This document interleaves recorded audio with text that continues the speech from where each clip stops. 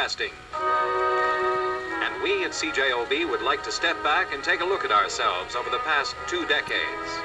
We also invite our listeners and friends to take a reminiscent look at us.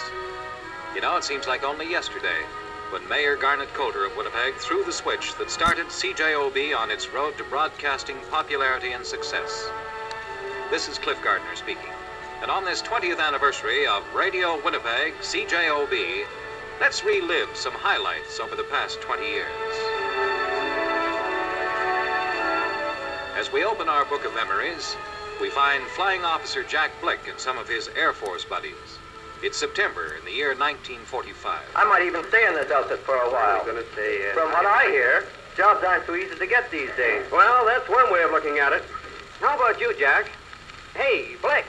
Hey, what's up? What have you got lined up when you get out? Weren't you in the advertising racket before you joined up or something like that? Yeah, that's right. That's where I was. Well, are you going to take up from where you left off? No, I don't think I will. I've got other plans, mate. Oh, you've got other plans, eh? Well, I'm thinking of starting a radio station. A radio station? Oh, I like that. But on March 11th, 1946... This is Blick Broadcasting Limited.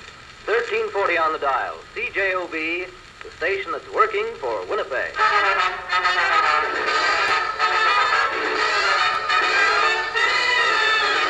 Yes, the biggest little station on the continent was all set to entertain, to inform, to serve Winnipeg. The Radio Broadcasting Fraternity of Winnipeg in 1946 joined in welcoming and congratulating CJOB. CKRC, CKY, and the CBC are combining on this salute to CJOB to wish them every success. Thank you very, very much, Wilf. That was fine and dandy. No, this is fine and dandy. Yeah? Who's on second? All right, Costello. No, I mean Roy Loxley and the orchestra are going to play Fine and Dandy. Oh, yes, the closing number on our salute to CJOB.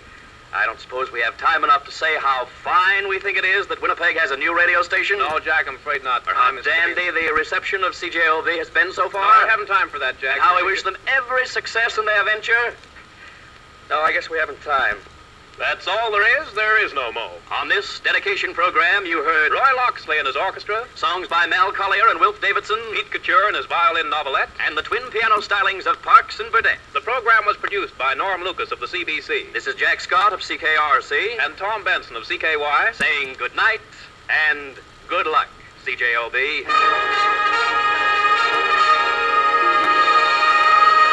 In 1946, there was very little, if any, local radio. The 2 stations serving the Winnipeg area were network affiliates.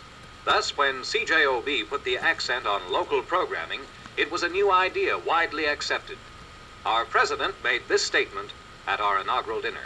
Mr. Coyne has painted a very glowing picture of this station. It's a small station, as you know, 250 watts. We have not the power of CKY or CKRC, but we intend to try to match them in quality.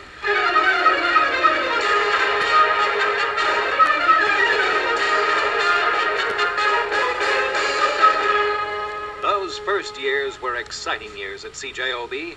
As a matter of fact, let's take a few minutes right now to hear some of CJOB's early programs. Gems from the shows.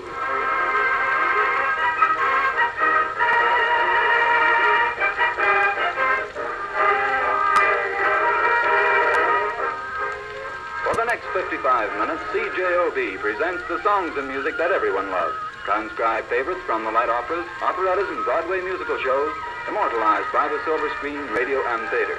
These are Gems from the Shows. Here is the latest news from the wires of British United and Canadian press. The second session of the Foreign Ministers' Conference is underway in Moscow in the House of Soviet Aviation. Good morning, neighbors. This is Chuck Cook inviting you to smile, darn you. Come on, smile.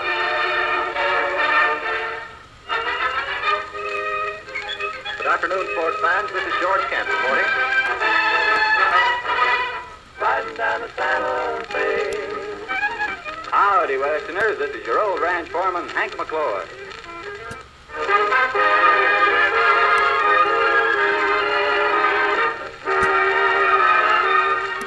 This is Request Leor Zicktock speaking.